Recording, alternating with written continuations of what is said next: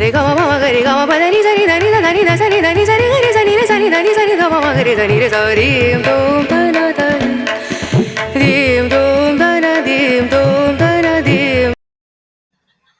ನೀವು ಗೌರವವನ್ನು ಗಳಿಸಲು ಬಯಸಿದರೆ ಫಸ್ಟ್ ಆಫ್ ಆಲ್ ನೀವು 9 ಯಾರನ್ನು ನಿಮಗೆ ಗೌರವ ಬೇಕು ಗಳಿಸಲು ಬಯಸಿದರೆ ಯಾರನ್ನು 2ಕ್ಕಿಂತ ಹೆಚ್ಚು ಬಾರಿ ಕರೆಯಬೇಡಿ. ಓಕೆ, 2ಕ್ಕಿಂತ ಹೆಚ್ಚು ಬಾರಿ ಕರೀಲೇಬೇಡಿ. ನೆನ್ಪಿಟ್ಕೊಳ್ಳಿ, ಯಾರೊಂದಿಗೂ ಅಗತ್ಯಕ್ಕಿಂತ ಹೆಚ್ಚು ಸ್ನೇಹದಿಂದ ಇರಬೇಡಿ. ನಿಜವಾಗ್ಲು ಖಂಡಿತವಾಗ್ಲೂ ಹೌದು, ಎಷ್ಟು ಬೇಕೋ ಅಷ್ಟೇ ಇರಬೇಕು, ಅದು ಅತಿ ಆಗಬಾರ್ದು. ಕೇಳದೆ ಜ್ಞಾನವನ್ನು ನೀಡಬೇಡಿ. ಹೌದು, ಕೇಳಿದರೆ ಮಾತ್ರ ಜ್ಞಾನ ಕೊಡಿ, ಅಂದರೆ ವಿವರಣೆ, ಇಲ್ಲ ಅಂದರೆ ನೀಡಲೇಬೇಡಿ. ಓಕೆನಾ? ಕಡಿಮೆ ಮಾತನಾಡಿ, ಸಾಧ್ಯವಾದಷ್ಟು ರಹಸ್ಯವಾಗಿರಿ.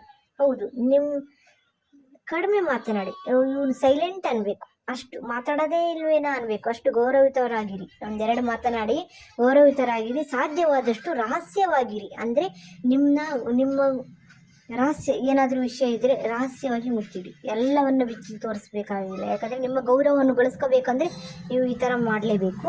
ನಿಮ್ಮ ಮುಂದಿನ ನಡೆಯನ್ನು ಯಾರಿಗೂ ತಿಳಿಸಬೇಡಿ, ಖಂಡಿತವಾಗ್ಲೂ ತಿಳಿಸಬೇಡಿ. ನಿಮ್ಮ ಗುರಿ ಏನು, ನಿಮ್ಮ ಮುಂದಿನ ನಡೆ ಏನು ಅಂತ ಯಾರಿಗೂ ತಿಳಿಸಬೇಡಿ. ಯಾಕಂದರೆ ನಿಮ್ಮ ಗೌರವ ಬಯಸಬೇಕಲ್ವಾ, ಬಯಸಿದರೆ ಅಂದರೆ ನಿಮಗೆ ಗೌರವ ಬೇಕು ಅಂದರೆ ನೀವು ಕಾಪಾಡ್ಕೋಬೇಕು.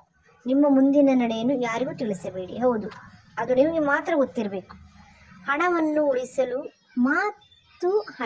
ಗಳಿಸಲು ವಿವಿಧ ಮಾರ್ಗಗಳನ್ನು ಸೃಷ್ಟಿ ಮಾಡಿಕೊಳ್ಳಿ.